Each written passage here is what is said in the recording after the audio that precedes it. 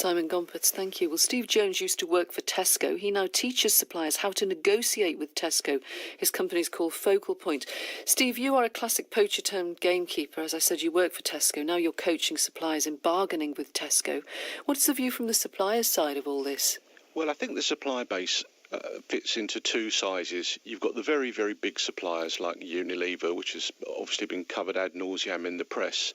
But there's also a great big number of medium-sized suppliers who feel unable to push back. And I think partly because the grocery code adjudicator isn't really doing a job for any of the supply base.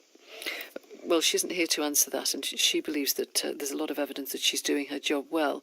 But why would it be if you look at the YouGov survey that was carried out by the Groceries Code Adjudicator, 62% of direct suppliers said they'd experienced an issue in the past year.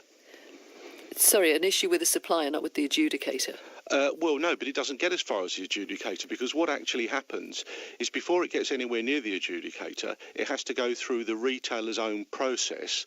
And somebody once said it's a bit like saying you've been mugged in the street, but you've got to go and talk to the mugger's boss before you can go to the police. OK, you mentioned the medium-sized suppliers as being the ones most at risk. We tend to think it's the small-scale suppliers. Is that not true?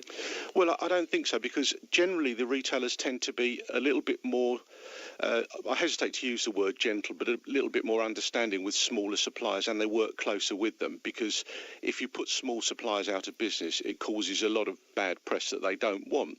But in reality, people like Coca-Cola, Mars, they're big enough to stand up for themselves. As I said, it's this mid-range suppliers that I believe have the specific issue with the retailers. Now, if costs rise, somebody has to bear that. Either the suppliers have to take it out of their profits, or Tesco have to take it out of their profits, or we have to pay for it when we're shopping.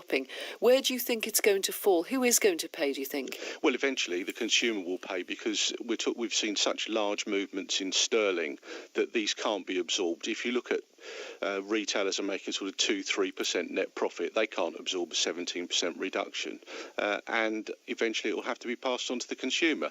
But the pound will go the other way at some point, assuming that all the Brexit stuff dies down, and then the prices will go back in the other direction.